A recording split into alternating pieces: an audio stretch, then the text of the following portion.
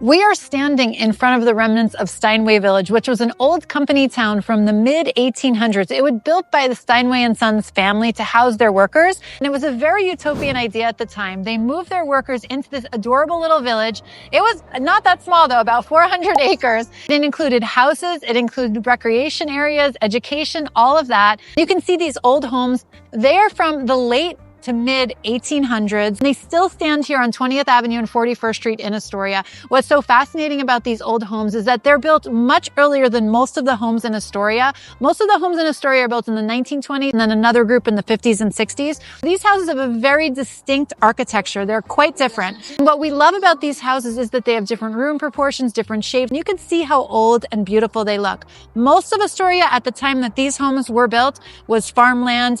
Queens at that point was not even a borough. That didn't happen until almost 1900. So this was a very different flavor to what you see today. And what was fascinating about this is that unfortunately, we've lost some of this village to obviously construction and development in the area. So you can see the names of the old streets in Astoria are listed right on the side of the building. This was Albert Street, which was 41st, and Winthrop Avenue, which was 20th Avenue. All of the streets in Astoria and Queens actually had different names until they were incorporated and the names were then changed.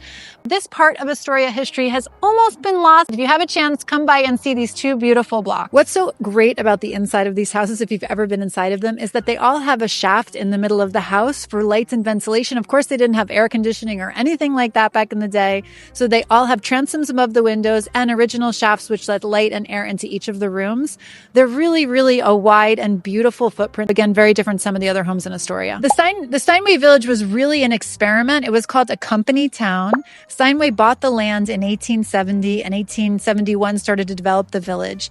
They were really trying to get away from civil unrest in New York City, in Manhattan, because living was really not up to snuff. And so a lot of people were unhappy with wages. And he built this village as a way to hopefully create stability in his workforce. And we hope also to create nice lives for the people that were living here.